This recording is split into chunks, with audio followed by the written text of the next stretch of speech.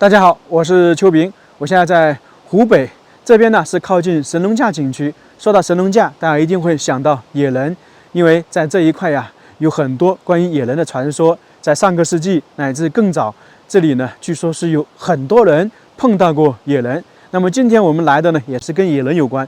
这一块啊，是叫做野人洞景区，据说呢，就是野人以前生活过的地方，并且洞内啊，还有野人的寝宫、野人的卧室。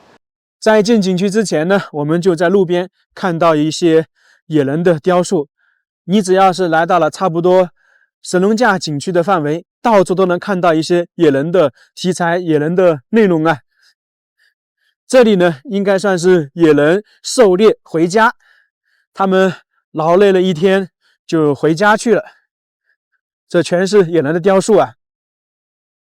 你看这些野人都长得是非常高大的。他们拿的武器呢，基本上就是树木，用树木弄成尖尖的，然后去狩猎。野人洞就在前方，然后往这边再走一段距离呢，还有一个野人谷。据说呢，在上个世纪，这两个地方呢都有人碰到了野人。野人洞这一块呢，是当地的村民遇到野人，并且呢还有野人搏斗。而前方的野人谷呢，据说是当时老师带着学生出来游玩，相当于采风，碰到了野人。那么现在呢，我们就先去野人洞里面看一看。野人洞就在前方一点点的，大家看到都是山连着山，那旁边还有一条河流。那么以前野人如果真的居住在洞内，他时不时肯定会来这个河中嬉戏游玩的，因为野人住在里面，他不可能是一个野人，很有可能呢是一家。那如果上个世纪有野人，那么是不是在很早很早以前这里也有野人呢？对不对？进来了，这个地方就是野人洞。我也是用湖北的旅游年卡的，这里的野人洞，包括等一下我们看的野人谷，都是可以用湖北旅游年卡。在这里呢，有一组雕塑，大家看到没有？一个野人，一个村民，这个是据说真实事情发生的。就大概在1974年5月1日，这个人呢上山去砍一些东西，结果呢他就在这一块遇到野人。一开始呢有点距离，他以为呢是附近的村民也来山上，不以为意。那结果呢没等2下，那这个野人呢就快速的冲他而去。那当时这个野人又比较高大，头发比较乱，他看到冲过来有点吓一跳。那这个野人等于是袭击他嘛，他立马就拿镰刀砍这个野人，并且呢抓住他的头发。那砍到之后，这个野人呢痛得哇哇叫，就立马跑到树林里面去了。你想，这个就是向我们展示的当时砍到的场景。然后这个村民呢抓住了他的头发，然后这样的话，野人在这个地方就流传开了，就说这个地方有野人。后面专家对这个毛发进行考证认定，最终呢确定是野人的毛发头发。现在就去洞内看一看，我们主要是看看野人的寝宫，就相当于是他的卧室休息的地方。这个洞口啊也弄成野人的形象，挺有意思的。我们是从这里进去，等一下呢得从顶部下来，路在那里，不走回头路。就是说这个洞啊是非常长，我看了一下资料，长度呢大概是1980米，就相当于是2000米了。分为上下2层。现在我们就开始往里面走了。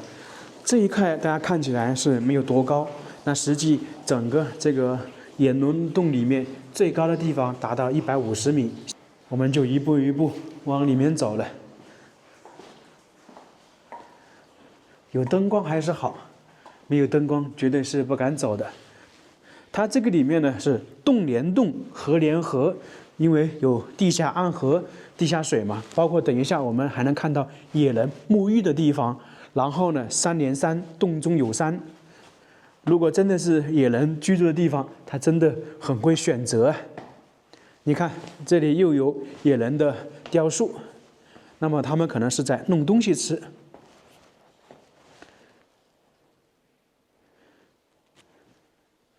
也是我们说的那个陶瓷缸一样，有一些呢是石头挖出来的，就证明野人他已经掌握了一定的生活技巧。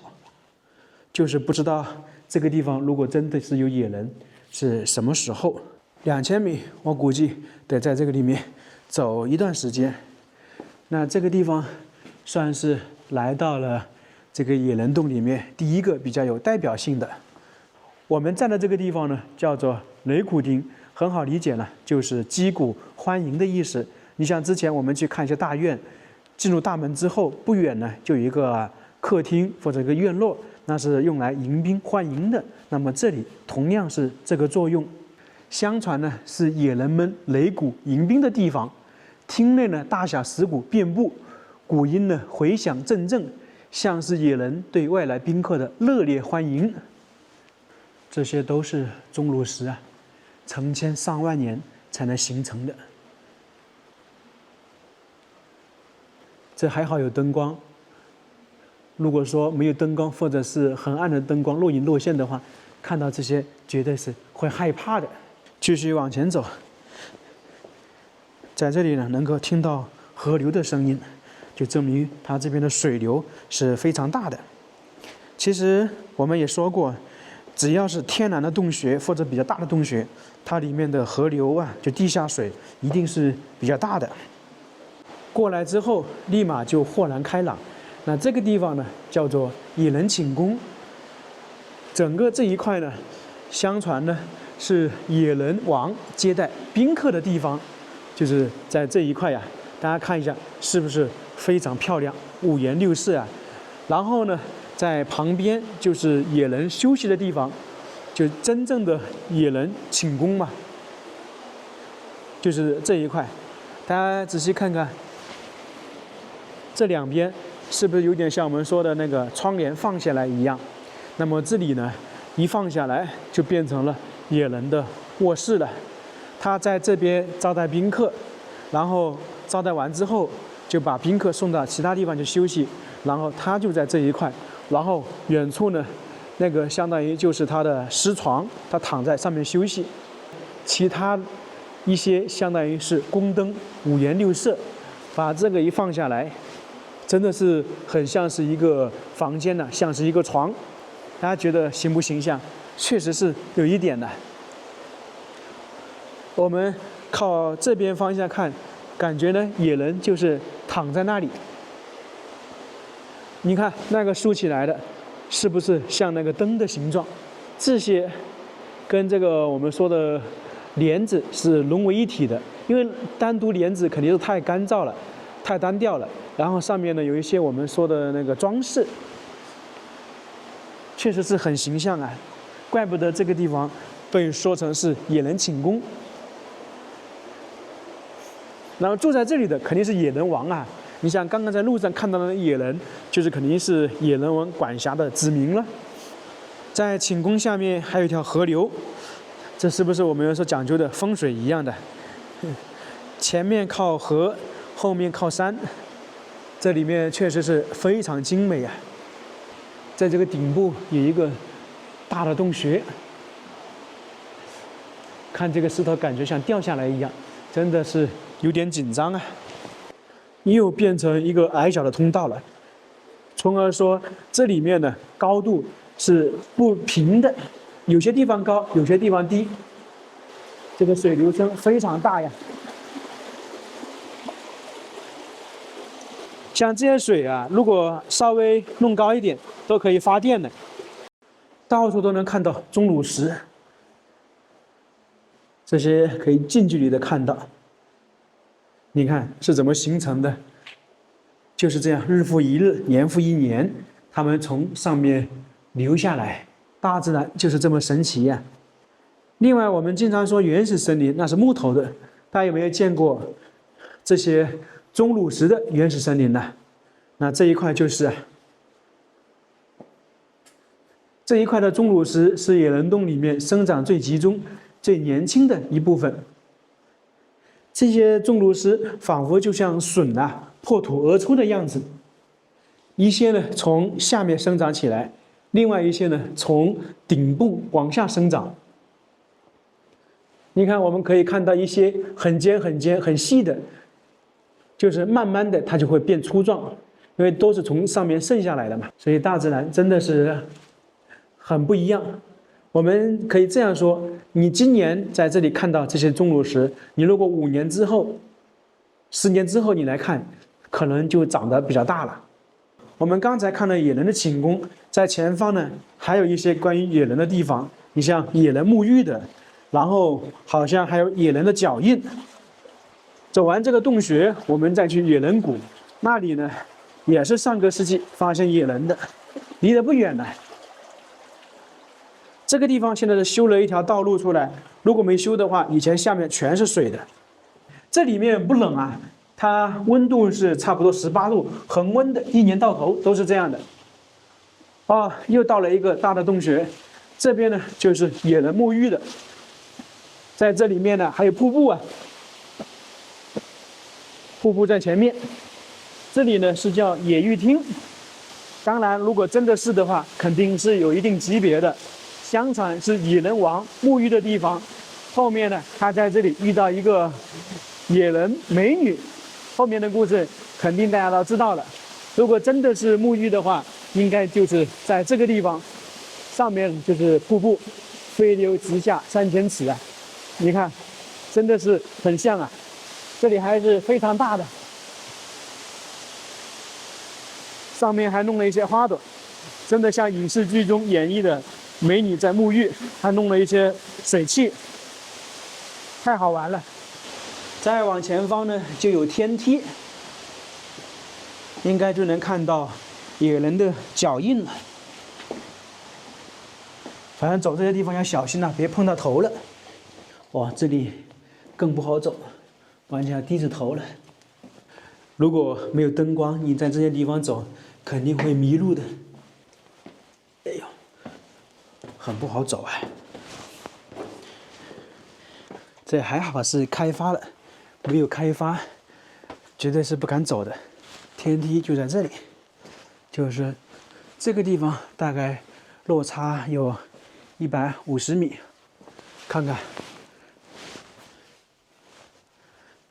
我们现在是有梯子，那么以前野人肯定就是靠手徒步上去的。这下面全是碎石，而且是不规整的。我感觉修这个梯子也不简单呢，真的是洞中有洞。你看，全是洞穴，包括下面也是。我刚才以为到了，还有一部分。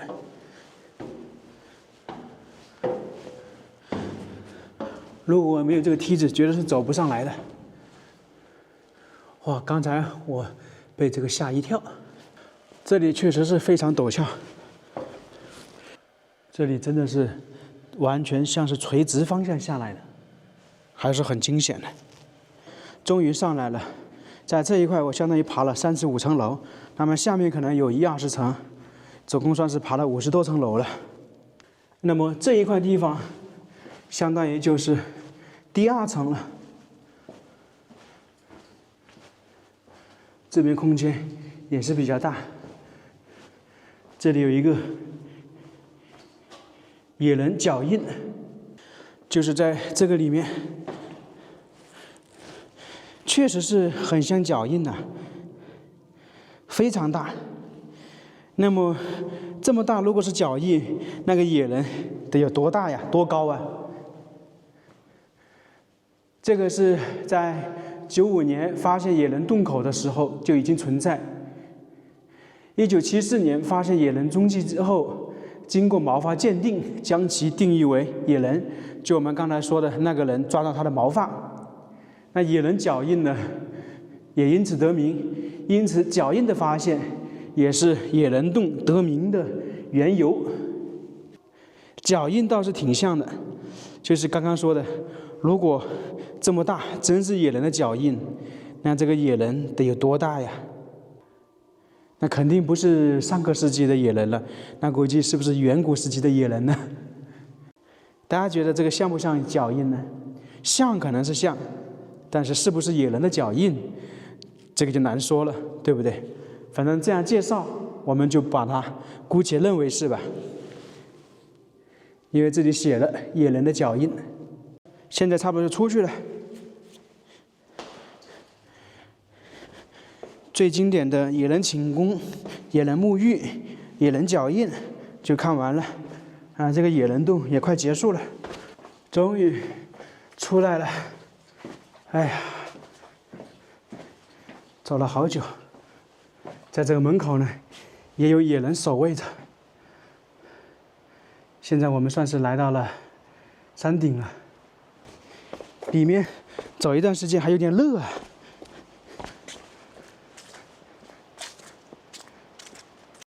这就是大山。逛完了野人洞，就来到了野人谷，距离大概是5公里。同样，这边也是可以用旅游年卡的。它这个地方要爬山，走了一段距离，我们就来到了山上了。它这边也是叫做野人谷地质公园。其实说的简单一点，就是一个峡谷嘛，2山夹一峡谷，前方呢好像还有个水库。这一块就有一些关于野人的故事了。对面也弄了一些野人的雕塑。关于这个野人谷的野人是有这么一回事：在1976年10月18日的上午，也有一种说法是10月8日的上午。当时呢，一个小学老师带领14名学生来到了一个叫天子坪的地方进行小秋收，可能是采风或者是挖些东西。当时呢，他们就看到一头浑身黄红色长毛的奇异动物，就是我们说的野人，沿着山坡直立行走。当时呢，那些老师和学生啊非常害怕，他们就马上藏到那个密林当中。那这个野人呢，一开始是由东向西走，后面呢又由西向东走，相当于在那里绕了2圈，并且呢用胳膊擦了一下脸，可能是出汗了吧，并且呢用手捋了一下头发，然后呢才沿着山坡走了。那当时老师呢等野人走后才回到学校，并且把这个事情说了出来。这样的话，人们就知道这个地方有野人出没。反正在神农架附近有关于目击野人的传说啊，向来不绝于耳。现在来这边景区游玩的话，基本上都会说，都标示了一些从上个世纪70年代开始，在这个野人洞、野人谷以及呢神农架里面都有碰到野人的说法，就是说发生了多起多人遭遇野人的事件。那么大家相不相信有野人呢？关于野人的说法这么多，那么在上个世纪呢，后面还组织了人员进行考察，寻找野人。当时考察人员多达110人。经过几十年的考察，遗憾的是，除了疑为野人的一些间接证据外，并没有找到实证野人的证据，可能还真的只是一些说法、一些传言。不过大家如果对野人感兴趣的话，可以来这些地方看一看。本身这个神农架也充满了神秘感。那我们今天这个视频就到这里了，非常感谢大家，我们下个视频再见。